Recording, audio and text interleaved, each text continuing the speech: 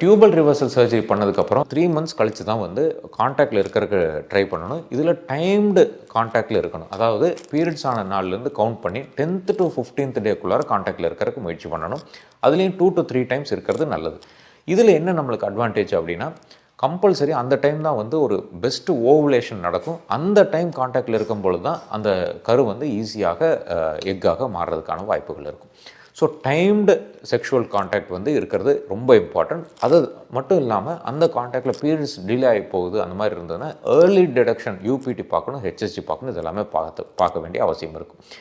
இதில் வந்து நம்ம அந்த பீரியடில் வந்து நம்ம ஜென்ஸாக இருந்தாங்கன்னா அவங்களுக்கு இந்த ஸ்மோக்கிங் செசேஷன், ஆல்கஹால் செசேஷன் இது எல்லாமே இந்த 2-3 மந்த்ஸில் ஏற்படுத்திக்கணும். ஃபீமேல்ஸும் வந்து ஏதோ ஃபோலிக் ஆசிட் சப்ளிமெண்ட்ஸ் ரெகுலராக வந்து நம்மளுடைய ஓவுலேஷன் ஸ்டடி ட்ராக்கிங் பண்ணுறது, அந்த பீரியட்ஸை ட்ராக்கிங் பண்ணுறது, ஏதாவது பீரியட்ஸ் ப்ராப்ளம் இருந்தால் கரெக்ட் பண்ணுறது, தைராய்டு ப்ராப்ளம் இருந்தால் கரெக்ட் பண்ணுறது, இந்த மாதிரி எல்லா விஷயங்களுமே இந்த 1 to 3 மாதங்களுக்குள்ளார நம்ம கரெக்ட் பண்ணி வச்சுக்கணும்.